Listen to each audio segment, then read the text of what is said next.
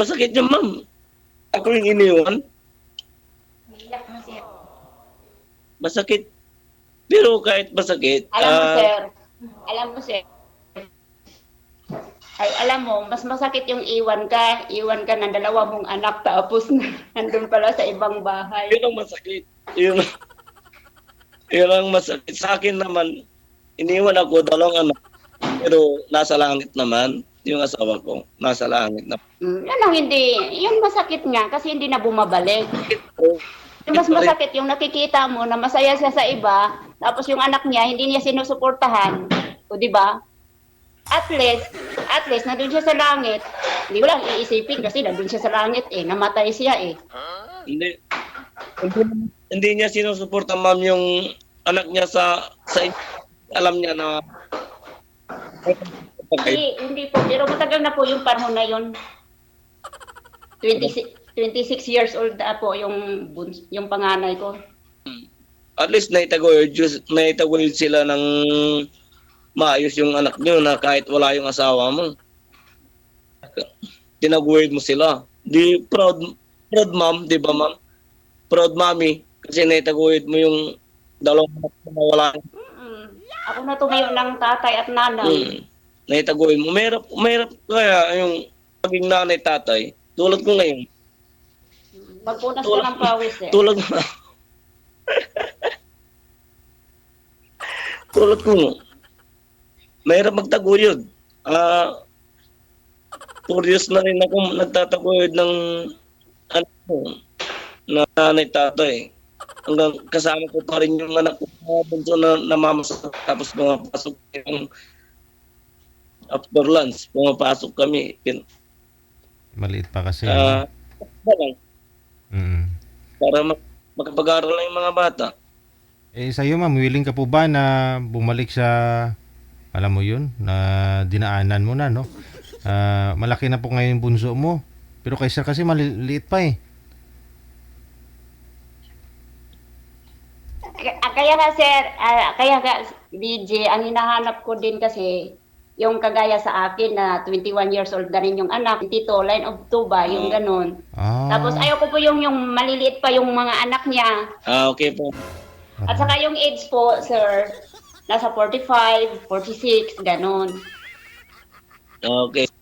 Kasi yung dati ko kasing karelasyon, kasi Sir DJ, may karelasyon po ako. Bago ako pumasok sa relasyon na pumasok ulit, naghiwalay kami ng ex ko, ng tatay ng mga 17 years bago po ako pumasok ulit. Tapos, nakipagrelasyon ako, 17 years, 6 years din kami. Nung umuwi ako ng July, napunta na po sa ibang babae din. Kaya, ang edad niya noon, 40. Kaya ang gusto ko ngayon, nasa 4 bab din, 45, 46, ganon. Kung pwede pa lang 50 Kasi, anong pagkaiba nun, ma'am, sa bata at saka may edad? Ay, gusto ko naman doon sa taas, mataas-taas. Masubukan mo Parang din. walang tiwala si ma'am At saka sa yung bata, sir, Walang tiwala, yung no? hindi maliit, gusto ko lang kagaya din sa akin. Kasi yung sa akin, 21 years old na eh. Ayaw mo bumalik. Pero okay lang yun, Pat. Okay lang yun, sir. Magkaibigan tayo, chat, ganon. Ano bang problema? Okay lang. Sabi nga nila, friends to beginning of love eh. Okay na. Tama po kayo, ma'am. Malay po natin, di ba? Malay po natin, bilog ang mundo. Ewan ko, ambot sa langaw. Hindi na bibilog yung mundo. Square kaya. Ang bilog lang yung mundo, ang bilog lang ang gin eh.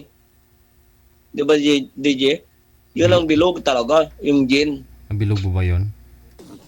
Oo, kasi may bilog yun, may square, no? Yung gin. Oh, yun ang bilog, yung gin talaga, DJ. O sige po, ma'am, para magkapagpayan na rin po tayo.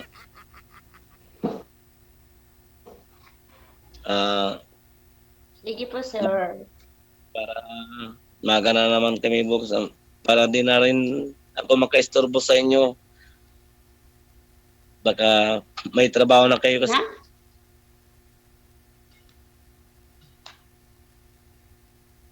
Okay lang DJ, ano na lang natin. Friend na lang kayong dalawa. Opo. Mm. Kung sakaling payagan ako ni ma'am na mag-chat sa kanila mamaya, di mas maganda. Mm. Maging kaibigan ko sila. Di ba po, ma'am? Okay lang po yan, sir. Kaibigan lang pala. Wala namang problema sa akin eh. Opo, kasi ako naman, hindi naman ako namimilit, ma'am. Hindi naman ako namimilit na kung ayaw sa akin o kaibigan. At least, madadagdagan Hindi yung naman yun kaibigan. agad-agad tayo na magka-gusto tayo sa isa't isa, sir. Hindi naman to agad na gusto natin agad. Kasi kakilala pa lang natin eh. So, wag muna tayong mag-level up kasi friend muna tayo. Kasi ang hirap nun eh. Dapat ikaw, sir, ito ang payo ko sa'yo. Huwag agad-agad kang magtitiwala. Yun ang talagang dapat. Kasi mahirap po, sir. Mahirap magtiwala. Tama kayo, ma'am. Yung sa atin dito, chat, tapos, wag yung basta-basta ka na lang agad magtitiwala eh. Kasi nakailan na ako, nakadalawang bisis. Ako nga, pinakasalan na 2 bisis, hiwalay pa rin. Subok na kayo talaga, ma'am. Ha? Subok na talaga kayo. Subok na kayo talaga. Kaya natuto na rin. Tama Kaya yan. dapat ikaw, sir, matutuin. Ay, nung sa bagay, hindi ka pa naman na ano eh, kasi iniwan ka naman, napunta sa langit. Hindi naman nangabilang bahay. Ako kasi 2 bisis nangabila talaga. Kaya, doble ingat nyo. Siyempre, 2 beses na yun. Kaya dobling ingat po ako ngayon, sir, kasi ang huli talagang sinabi ng ex ko, sir, yung hindi kita iiwan, yun po ang masakit na salita. Mas mabuti pa yung, ayan mo ma'am, pag ako yung nagsalita sa inyo, ako iiwan kita. Si ma'am naman talaga yun ang iwan, hindi sila yung ex siguro eh. Kasi malayo kayo ma'am, nasa abroad.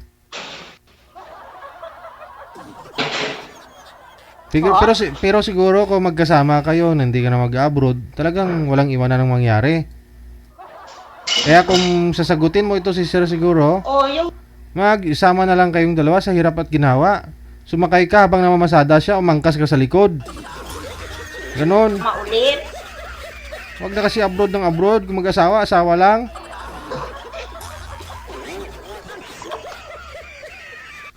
Hindi, yung usapan kasi namin, DJ, last ko na yung balik, yung 2003. Uuwi na po sana ako eh. Tapos yung uwi ako nung July, biglaan yung pag-uwi ko, DJ, kasi nga, nandun na siya sa iba. Kaya umuwi ako ng biglaan, baka mamaya wala nang matira sa akin, doon sa amin. May natira pa naman kahit paano. Lumipat sa ibang bahay.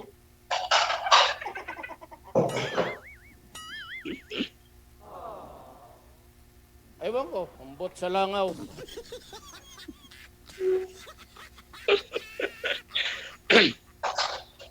Ayun, ako. Sige. Sir, pawis na pawis ka na. Basa na. Oo, grabe. Tapos first time pa makipag, dito, Hindi mo naman First time mo sumali dito? hindi, pangalawa na to, pero yung una Ako kasi first time eh. pangalawa na DJ, di ba? Kaso, diba? Matagal pa yun. Pinagtagpo pero hindi tinadhana. Opo, pinagtagpo, pero hindi nakatadhana. Talaga.